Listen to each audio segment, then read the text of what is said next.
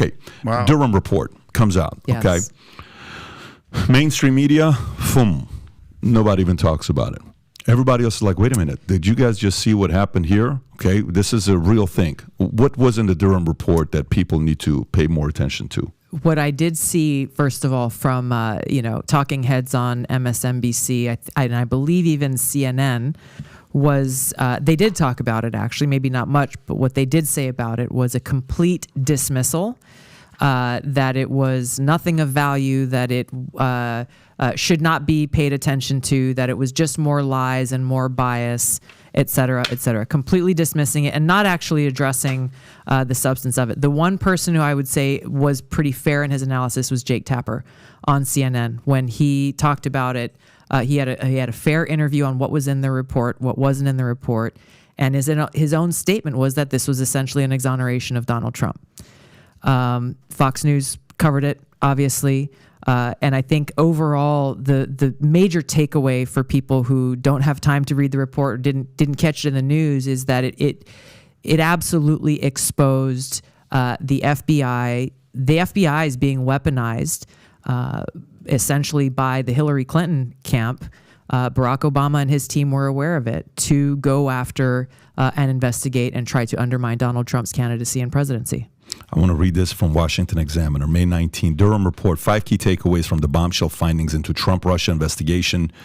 No proper basis to launch Crossfire Hurricane. Durham report claims that Crossfire Hurricane, the Trump-Russia investigation, lacked a proper foundation due to the FBI's failure to conduct key source interviews, review its own databases, and apply standard analytical tools. 2, Hillary Clinton connections. The report indicates instances of FBI favoritism towards Hillary Clinton, including defensive briefings, ending an investigation due to illicit campaign funds, and restricted probes into the Clinton Foundation. Mark Elias, the Clinton campaign's general counsel, and Michael Sussman, his former Perkins Cole law firm colleagues, are criticized for their roles with Fusion GPS and Steele dossier. And then third, dossier on Russian disinformation. The report uncovers the use of unverified Steele report of Pfizer applications targeting former Trump campaign associate Carter Page. Intelligence might have compromised Steele's sources, and highlights that Igor Danchenko provided Steele with rumor and speculation.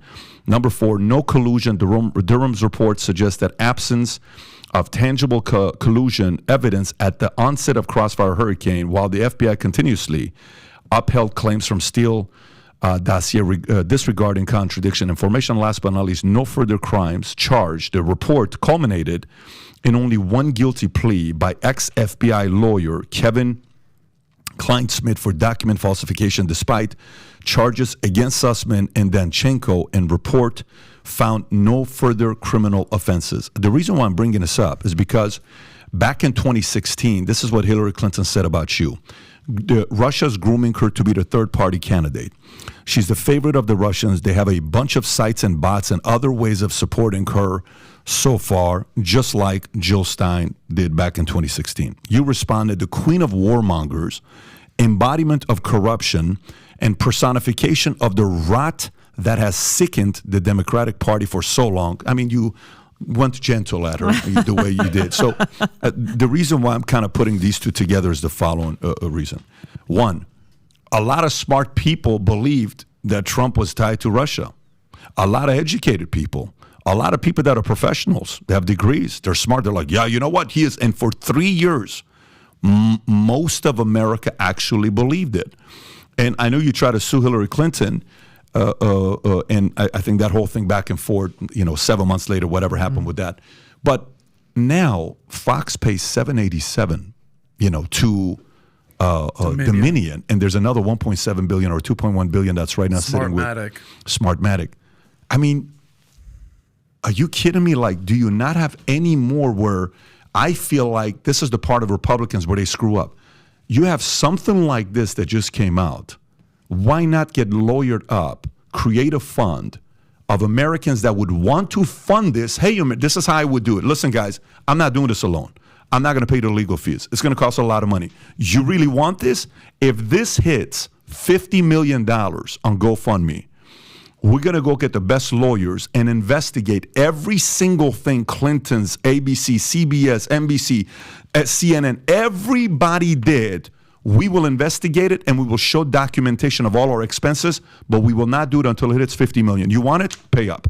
Pay some money to GoFundMe. Why isn't that happening? I feel like a lot of American people are sitting there saying, dude, all this shit, show some backbone, go fight, give a lawsuit, do something about it. You're not doing nothing about it. Yeah. What are your thoughts on this? I mean, it's a great question.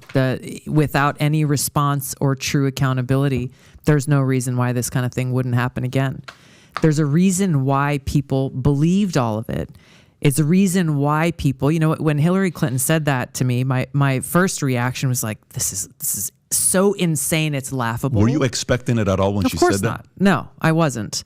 Came out of left field. Only reason I'm asking is like, were you hearing behind closed doors she was saying it to other people? I knew that there were murmurs. Okay. Because I mean, look at what happened to Donald Trump. It became the go-to line when they didn't like what someone was saying. It was automatically like, oh, Sure. okay, these are Russian talking points, or it became kind of that thing. I was not expecting, the former Secretary of State, former U.S. Senator, former First Lady, to spend the time talking about me in this light and smearing me and trying to cancel me. But the reason why people, and as I campaigned and I went out and talked to people, I was confronted sometimes angrily, sometimes very emotionally. This woman, I'll never forget, I was at a very small little Democratic Party event in a small rural county in South Carolina. And this woman who was the chair of that county Democratic Party came up to me. There's probably 50 people in the room. And she put her hands on my shoulder, and she was so serious, and her eyes were almost welling up with tears. And she said, I need to look you in the eyes and ask you, are you working for Putin? She was not joking. It was a very, she obviously took her role seriously. She took her leadership seriously. This was something that was really, really concerning to her. And I looked her directly back in the eye and I said, I love my country so much so that I'm willing to die to protect and defend the United States of America and the American people. Does that answer your question? She said, yes, thank you.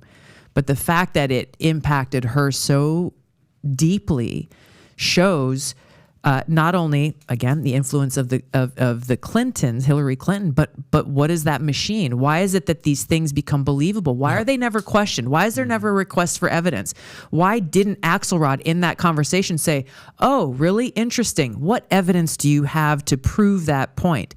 These things were never asked in the mainstream media. They just repeat the talking point over and over, just as they did during the Trump campaign and the Trump presidency, without actually asking for evidence. Why aren't they asking? Because they don't care. They repeat the talking point enough to the point where people believe, well, this is fact. I heard it on CNN. Yeah. I heard it on MSNBC. I heard it from Hillary Clinton. How could it not be true? And I've had so many conversations with people, like even people who know me personally. And they're like, people on CNN lie. Like, but why would they lie? They probably just got bad information. They didn't mean to. Like, no.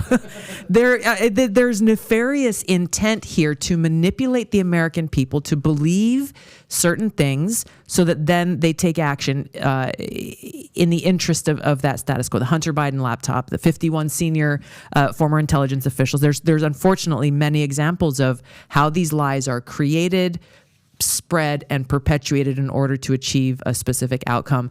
And you're right, Pat. If there's no accountability, if there's no action taken, these are some of the things that we need to be continuing to look out for as we head into this next election. That would be one of my rally cries. I would say, listen, here's what we'll do. You want us to find out more about this? I want you to also put put your money where your mouth is. $50, $100. You're not giving it to me. You're giving it to the contribution. Let's go figure this thing out. And we'll go get the best lawyers. But obviously you're qualified to talk about this. That's why I wanted to ask you about it, on how much impact it had. If a woman's coming up to you saying, I got to look at you in your eyes to see if you're an asset to Putin. It broke my heart to hear her say that, because I could tell it was hurting her. It tells you propaganda works. Yeah. It's very effective.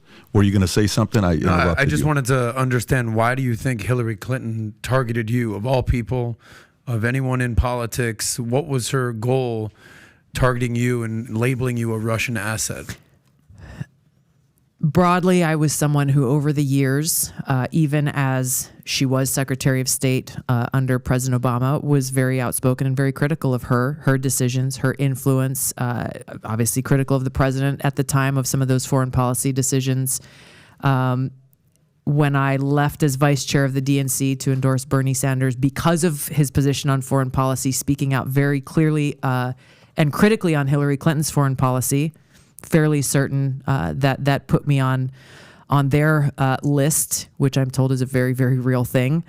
Being somebody that they couldn't control and who had the audacity to challenge them is my guess is why she has chosen on more than one occasion to try to smear me.